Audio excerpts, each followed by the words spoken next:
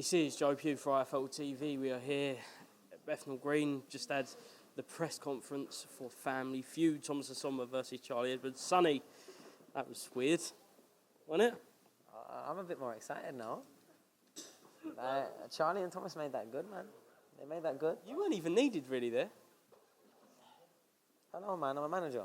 I'm not the fighter. It's not my show.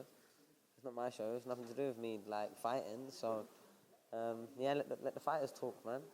You know. Did you see Charlie was yawning whilst you was talking, saying, "Come on." Yeah, but you got to remember with Charlie, like, a fight media week ahead of a headline show on Channel 5 is as good as it's got for him for the last 4 or 5 years. So this is everything that I've had in abundance for the last 4 or 5 years. You know what I mean? This is his little glimpse back into it. And it was hand-signed, sealed, delivered, wrapped up with a bow on it, all by me. His promoter's contract came through me. The fight has come through me. So as much as he can be yawning, I don't know, man. He just needs to sometimes spend less time smoothing over his insecurities when he's speaking, man, because, you know, when he's trying to convince himself while he's trying to convince everyone else what he's going to do, like, I get it. Words are powerful and that, but that's when the yawn moment is coming, you know what I mean? Let's be real. When I interviewed him just before the presser, he said he thanks you for putting this title, putting Thomas Asomba on the plate, and he's going to knock him out. Yeah, but he doesn't realise he wouldn't... Oh, no, he does realise. Charlie's only with Sauerlands because of me, because he's my little brother. You know what I mean? When I'm pitching to Nissa on the way back to the airport from Linden fighting Bivol, that I was instrumental in as well, and getting him on board with it, and then picking my brother up and driving him to Leeds to have the meeting, and then, you know, really making sure that the contract happens. Like, he has to thank me for everything, not just this fight. He would be still on Joe Gallagher's small hall shows if it weren't for me. So let's be real. Let's be real. Okay, I asked him about your fight against Yafai. He said he's been asking to spar Yafai, and he will be going to spar Yafai. Did you know about that? Don't care, man. Like, Yafai can spar fucking Bruce Lee, ain't gonna help him. Especially my brother. Huh? I don't even call my brother in for sparring no more. Like, the work's not good enough. You know what I mean? It must be strange for your brother helping out your opponent in the build-up to what is going to be one of the biggest fights of the year in this UK, in the country. I don't care. Will it happen? I don't think Rob McCracken would be silly enough to let him in the gym, to be honest. But yeah, I don't care. Look, me and my brother, we've got a relationship that doesn't always make sense to other people, but as long as he's happy, as long as he's involved in boxing again, even if it is at a much smaller and less significant level than myself, it's good for him, you know what I mean? It's good, I'm glad for him. What do you believe happens when Thomas and Charlie get in a ring Friday night? Depends on mindsets, it depends who takes the opportunities better, and they're both good fighters. It's one of those fights, really, it is, in my opinion. My biggest worry for my brother is if he's coming in too complacent. I'll be real. The 10, 15, 20% drop-off from being complacent and it being a bit harder than you initially thought, and having to come through those emotions in real time in the ring, that can usually be enough to skew a fight. And that's the eye of the tiger, you know, getting in there and having that sort of, that little bit more anxiety, that little bit more fear, that little bit more of, like, that's what you get. And that's what brings the best out of us fighters when our adrenaline kicks in. But I don't know, I think if Charlie's 4 or 5 rounds in and not absolutely trancing all over Thomas, then at some point between his ears will be thinking that he's failing. Because he's just told us that he's going to come back, launch his career again, come in, bully, knock out Thomas. And, you know, Thomas hasn't spoke, Thomas hasn't said anything. Like, there's different people in this world, there is. First time we've seen Thomas kind of, not bite back, but show a bit of something at a press conference. Oh, nah, I've seen him. I've seen him before. Against Conky, they had it, but it was in French, so he could really go. I've seen it before, even when he was fighting me, he still has some things to say. And like me and Thomas, we're tight. We know what it is. We know our relationship. He knows how much I've supported him. He knows how much I appreciated him and how much I value him in my life, from him being a friend, him being a a fighter that I'm around, and in the future as well. I've got big plans and big visions for how we're going to keep working together even after both of our boxing careers. So, you know, this is probably just a natural step in the universe that, with all things considered, if you're both the same weight and there's not many other names out there to go into, like, who else is going to come around? There's not that many opportunities for these fighters, especially a fight that, you know, means a little something, man. And this fight definitely does do that. So, yeah, man, I'm excited for it. I'll be real. Okay, two more quick things before I let you go. Ishmael Davis, it wasn't to be.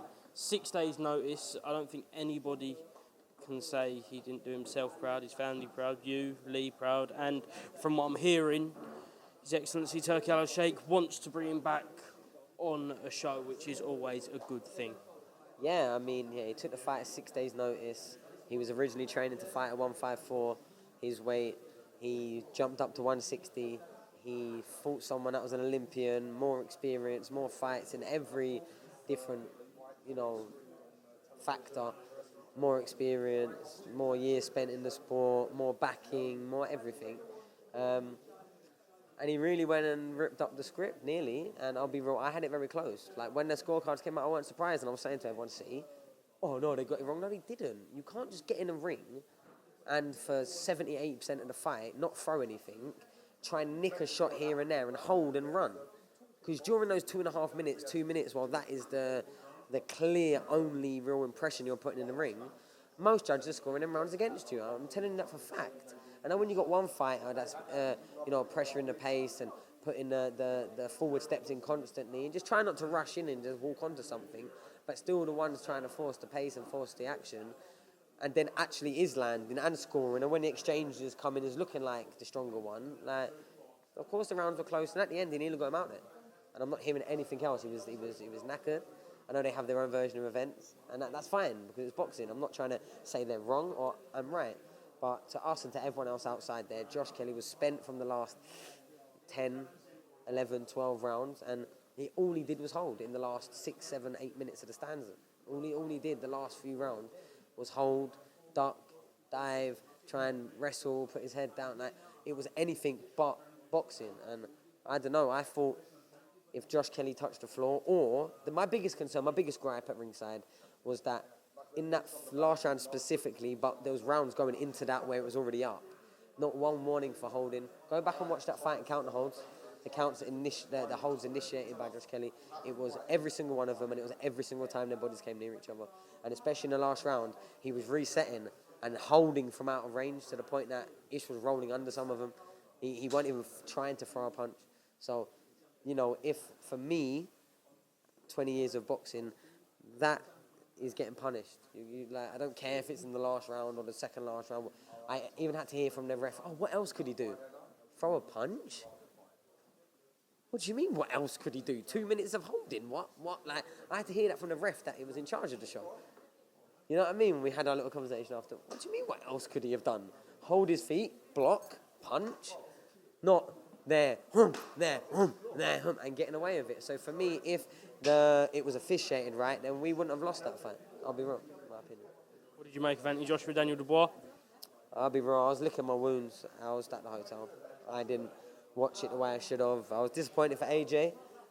But, you know, when you go in there with the mindset of no breaks compared to someone that's trying to find their way in, sometimes that's all she wrote. And what AJ did show is no matter how hard he was getting put down, yeah, every part of his being was on his feet. Every part of his existence wanted to be back on his feet fighting on. So say what you will, man. That's what happens at boxing, professional boxing, heavyweight boxing specifically. Happens. AJ's a legend, man. AJ's a legend. And yeah, Dubois beat him, so hopefully he encapsulates some of that stardom. And yeah, maybe, who knows, the next event, if they do a rematch, if they don't, will be even bigger. But it is what it is. Like, boxing don't live and die off AJ's success. You know what I mean? There's always been a man, and there'll always be a man that's coming. It's the way of the jungle. It's the rules. Live and die off Sonny's Edwards' success, though, right? I barely moved a needle in the ring. I've started moving the needle for flyweights, and now we have headline shows we never had before. But in the grand scheme of things, not a drop in the ocean compared to what AJ is doing. So let's be really real. Let's be grateful for the time that we've had in this era of big British boxing, and long may it continue. Sonny, thank you very much for speaking to IFLTV. I'll see you Tuesday. It's Tuesday today, isn't it? No, Wednesday. Is it? Next Tuesday. It's Wednesday today, isn't it? I'm losing days. You know when you just got back to back fight week. Press conference next Tuesday, mate. Fighters left, right, and centre. I don't even know what press conference. It could be any press conference. What? Your press conference. But it'd be a Bivol press conference Tuesday. Your press conference. That's going to be fun. Oh, let's see if he makes it, man. He'll probably be injured. Sonny, cheers, bro.